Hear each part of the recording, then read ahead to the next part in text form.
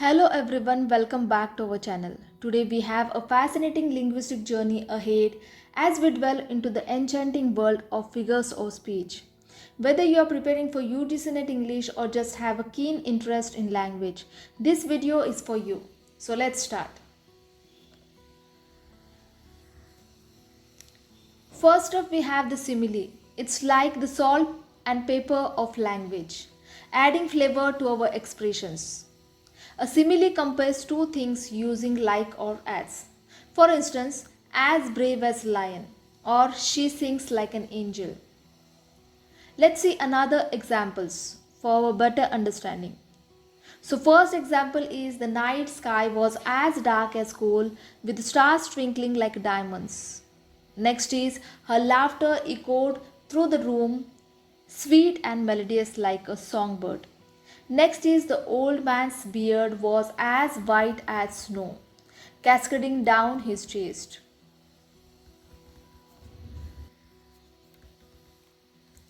Next we have to the metaphor, a figure of speech that directly equates two unrelated things.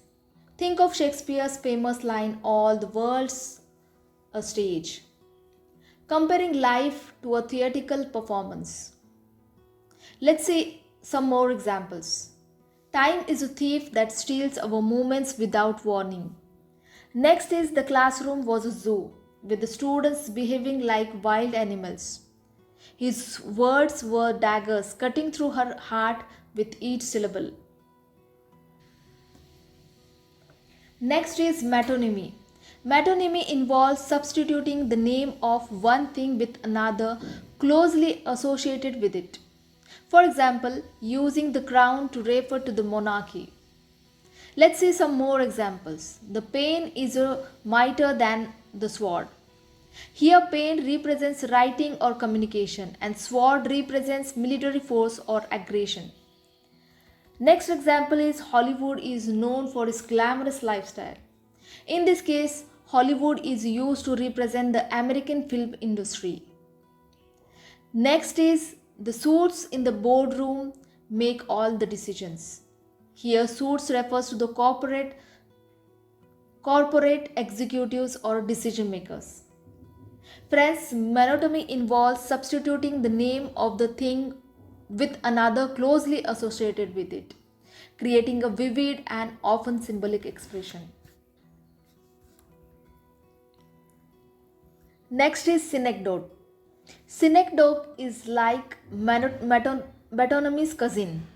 It uses a part of something to represent the whole, as in all hands on deck or a fleet of 50 sails. Let's see some more examples. All hands on deck. Here, hands represents the entire crew or people on the ship. Next example is the United States won the 3 gold medals in the Olympic. In this case, United States refers to the athletes representing the country. Next is she has a new set of wheels. In this instance, wheels is a synecdoche for a car. Next is the school has hired a new set of eyes to monitor security. Here eyes represent security personnel.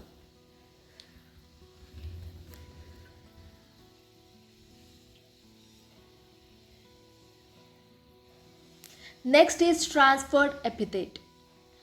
Transfer epithet, also known as hyperbole, occurs when an adjective grammatically qualifies a noun other than the one it actually describes.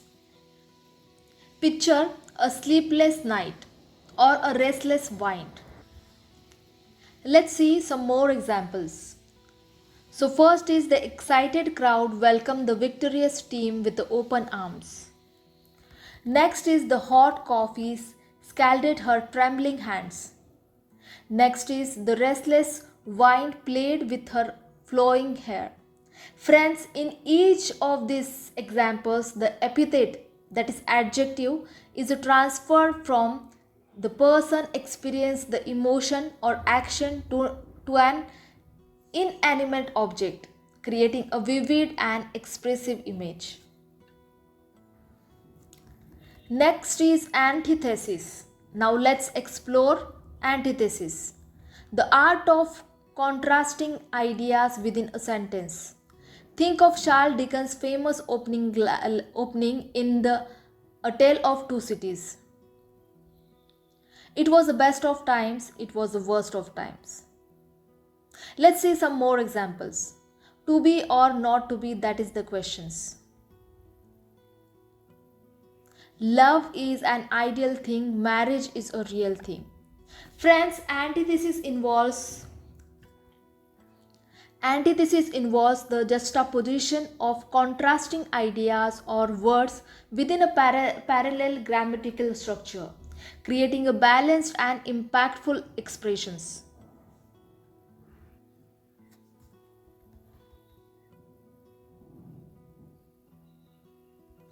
Next is epigram and oxymoron.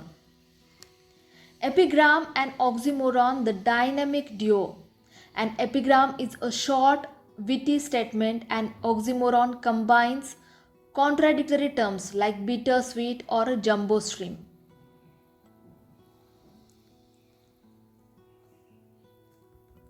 Let's see some more examples.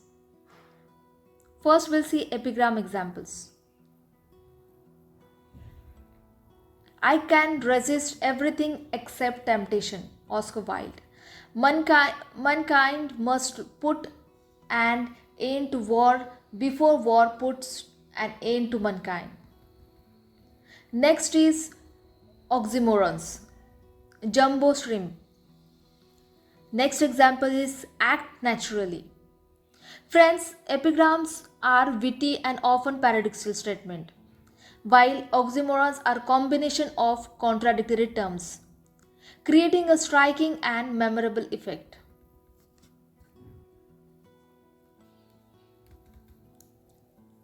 Next is paradox.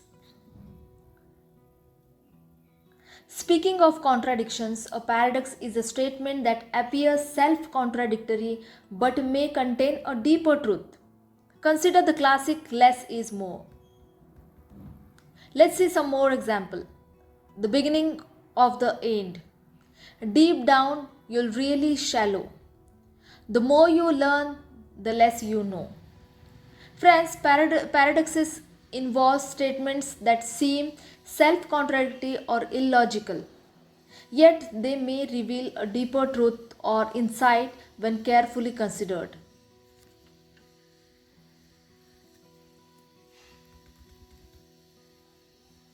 Next is climax. Climax involves arranging words, phrases, or clauses in order of increasing importance.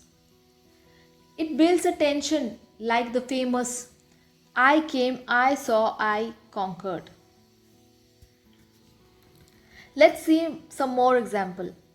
He worked hard, studied harder, and achieved the highest grades in the class.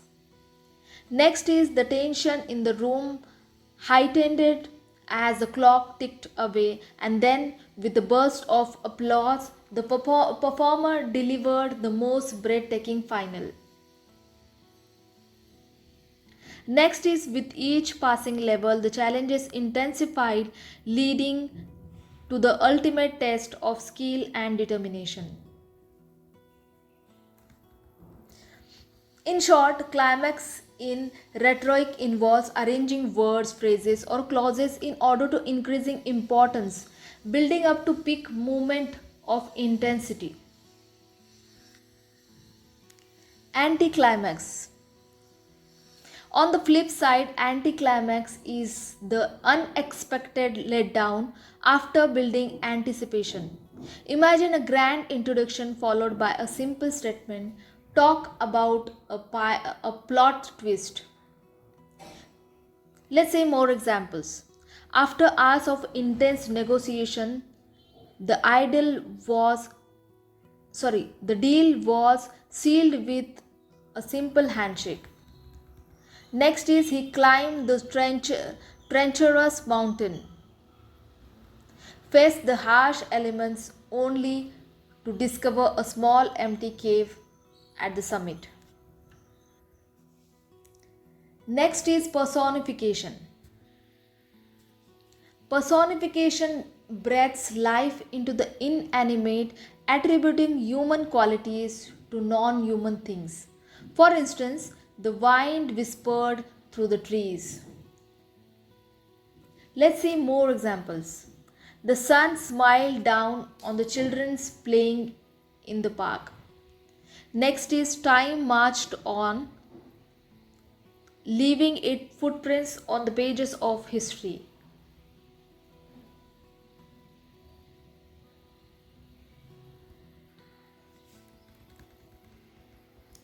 Next is pathetic fallacy. Pathetic fallacy goes a step further, linking nature's emotions with human feelings. Think of stormy skies mirroring a character's turmoil. Let's see some more example. The stormy weather mirrored the protagonist's inner turmoil as he faced a difficult decision. Next is the gloomy cloud seemed to weep with the grieving widow at the funeral. Next is as the sun set casting a warm glow, it symbolized the peaceful resolution of the conflict. Friends, pathetic fallacy attributes human emotions and feelings to nature or inanimate objects, creating a heightened emotional atmosphere in literature.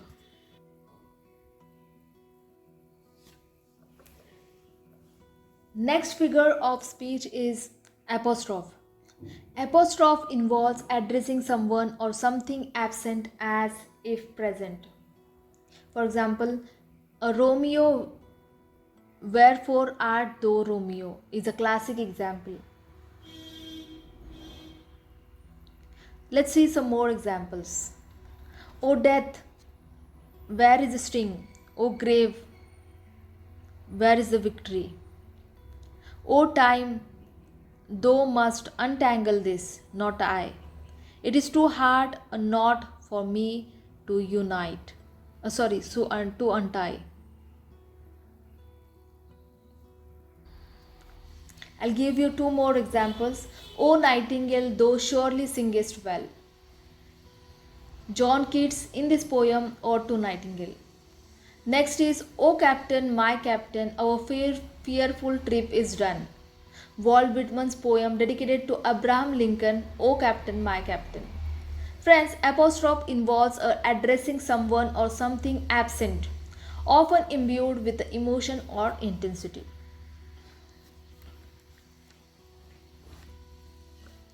Hyperbole, the art of exaggeration. I am so hungry I could eat a horse, is a vivid example of exaggeration for effect. Let's see some more examples. I have told you a million times to clean your room. She is so hungry she could eat a horse. Next is, I waited in line for ages to get concert tickets. Friends, hyperbole involves exaggerating to emphasize a point, creating a vivid and exaggerated effect for rhetorical emphasis. Next is irony. Irony is the subtle art of saying the opposite of what you mean. The irony of the situation was that the fire station burned down. First we'll see verbal irony. Oh great, statement oh great, another flat tire, just what I needed today. Irony. Here irony is the speaker expresses frustrated but implies the opposite, suggesting that a flat tire is not what they needed. Next is situational irony. Situation, a firefighter's house burns down.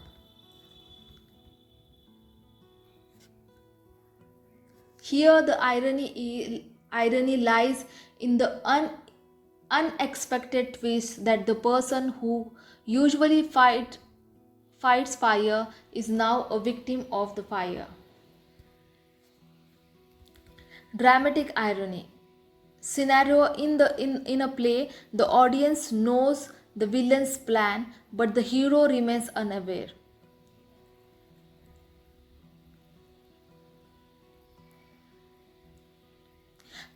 Here, irony is the audience is aware of information that the characters are not, creating tension and anticipation. Socratic irony. Statement: I know that I am intelligent because I know that I know nothing. Socrates. Irony. Socrates claim ignorance to draw out knowledge from others, showcasing the paradox of wisdom in humanity. Next is cosmic irony. Here situation is a weatherman's house is flooded during a drought. Here irony is the situational irony, arises from the unexpected and contrary outcome in the natural orders or events. Friends, irony involves a discrepancy between appearances and reality, often creating unexpected or humorous contrast. Next is sarcasm. A close cousin to irony, but with a humorous twist. For example, nice job when someone spills coffee is classic sarcasm in action. Let's say some more example. Response to a silly question. Is water wet? Is water wet? Sarcasm is, oh, brilliant questions. No one has ever pondered the wetness of waters before. On a rainy day. Statement: oh great, another beautiful day ruined by rain. The speaker pretended to be upset about the rain, implying the opposite. Next figures of speech is periphrasis, circumlocution. Periphrasis or circumlocution involves using more words than necessary to convey a simple idea. A politicians might say, in the not too distant future instead of soon. Let's see some more examples. Describing the unpleasant. He found himself on the receiving end of an unexpected career transition. Instead of saying he was fired, one might use periphrasis. Means he found himself on the receiving end of an unexpected career transition. Talking about death, instead of saying he died, one might use circumlocution. He embarked on his final journey into the great unknown. Next is discussing aging. Instead of saying she is getting old, one might say she is experiencing the inevitable progression of the sands of time. Next is describing a rainy day. Instead of saying it's raining heavily, one might say the sky is shedding its tears in a relentless downpour.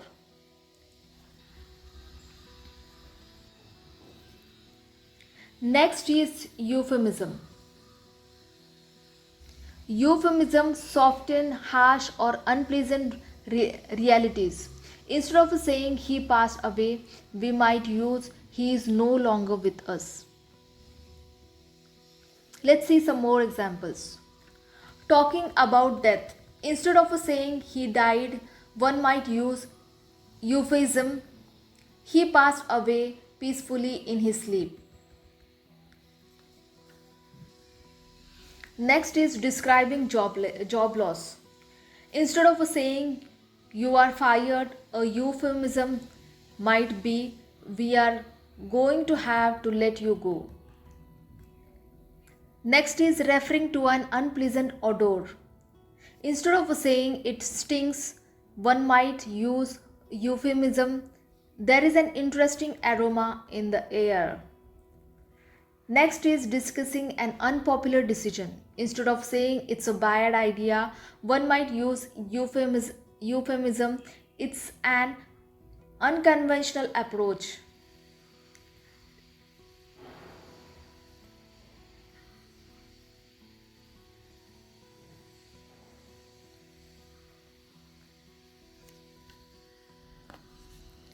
Next is Litotes. Litotes is the art of understatement, not too shabby. To describe something impressive is a classic Litotes. Let's see some more examples. Describe a difficult task. Instead of saying it's easy, one might use Litotes. It's not rocket science. Next is expressing surprise. Instead of saying that's amazing, one might use Litotes. It's not bad. Next is discussing a generous donation. Instead of saying he gave a lot, one might use Litotes. He didn't give a small amount. Next is describing a skilled athlete. Instead of saying he is fast, one might use Litotes. He is not slow.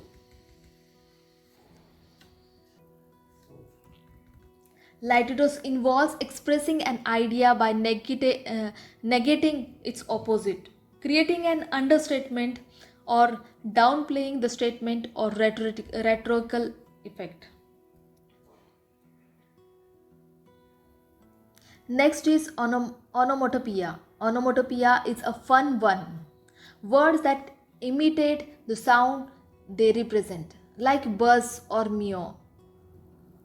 Let's see more examples. Buzz. The bees buzzed around the blooming flowers. Meow. The curious cat let out a soft meow as it explored the room. Next is boom. The thunder echoed with a loud boom, signaling an approaching storm. Next is tick-tock.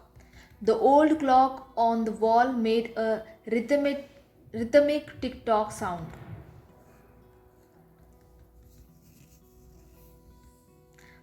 Friends, onomatopoeia involves using words that imitate the sound they represent, creating a vivid and sensory-rich experience in language. Next is alliteration. Alliteration adds a musical quality to language. Peter Piper picked a peck of pickled peppers is a tongue-twisting example. Let's see some more examples. She sells seashells by the seashore. The repetition of the S sound creates a catchy and rhythmic effect. Next is Peter Piper picked a peck of pickled peppers. The repetition of the P sound adds a playful and tongue-twisting quality.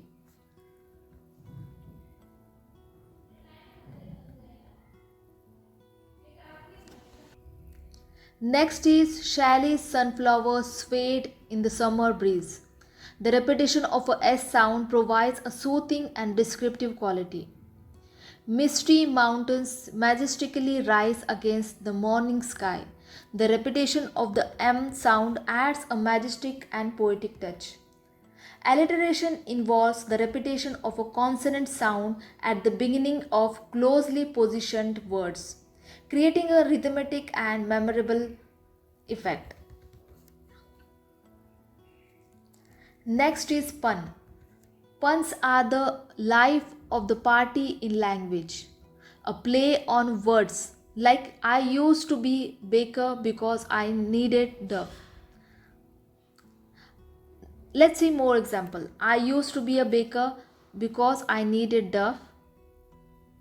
The pun lies in the play on the words between needed and the process of kneading dough. Next example is time flies like an arrow, fruit flies like a banana. The pun here involves a play on the multiple meaning of a flies as both a verb and a noun. Next is I told my computer I needed a break and now it won't stop sending me vacation ads. The pun plays on the dual meaning of a break as a pause and vacation. Next is I am reading a book on anti-gravity. It's impossible to put down. The pun occurs with the double meaning of put down, physically placing something or the challenge of stopping reading.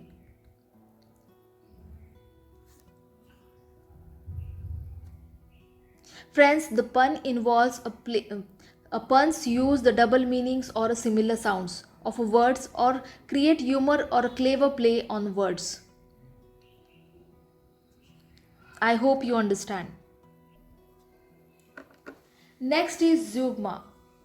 Zeugma involves using one word to modify two or more words, but each in different sense. For example, he stole my heart and my wallet is a clever example. Next, so the Zeugma here involves the shared verb stole, used both literally for the wallet and metaphorically for the heart. Let's see some more examples. He broke her heart and the news. The Zeugma occurs with the shared verb broke, applied both to emotions, heart and the information, news. Next example is he lost his keys and his temper. The Zeugma involves the shared verb lost, applied to both the tangible terms keys and an abstract state of mind, temper. Next example is she opened the door and her heart to the stray kitten. The Zeugma is created by the shared verb opened, used for both a physical action, door, and an emotional action, heart. Friends, Zeugma involves a single word governing or modifying two or more words, though these words typically would not go together under normal circumstances. I hope you understand. Next figures of speech is chiasmus. Chiasmus involves a mirrored arrangement of words. Never let a fool kiss you or a kiss fool you is a classic chiasmus. Let's see some more example. Ask not what your country can do for you. Ask what you can do for your country. The chiasmus is evident in the reversal of the order of the words in the second part of the sentence. Next example is love as if you'll never be hurt and dance as if no one is watching. The chiasmus is created by the parallel structure with the reversal of the phrases. Next example is he went to the country, to the town went she. The chiasmus is formed by the reversal of the order of place visited by the two characters. Next example is the pleasure of a moment, the moment of a pleasure. The chiasmus is evident in the reverse order of a pleasure and moment. Friends, I want to tell you one more examples. All for one and one for all. The chiasmus is created through the reversal of the order of all and one in the second part of the phrase. Friends, chiasmus involves a reversal in the order of a word in parallel phrases or clauses, creating a balanced and often impactful structure. Our next figure of speech is Aposiopesis. Aposiopesis, the dramatic pause or unfinished sentence, leaving the audience hanging in suspense. If you don't stop, I'll. Let's see some more examples. If you don't stop that noise, I swear I'll. The Aposiopesis here leaves the threat incomplete, allowing the reader or a listener to feel in the implied consequences. Next example is I can't believe you would institute.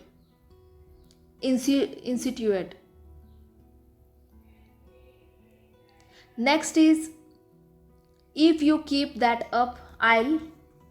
The Aposiopesis here is to create suspense by not completing the threat, allowing the reader or a listener to imagine the potential consequences. Next example, see if you don't change your attitude, I'll. The Aposiopesis leaves the punishment or consequences open-ended, emphasizing the severity without specifying.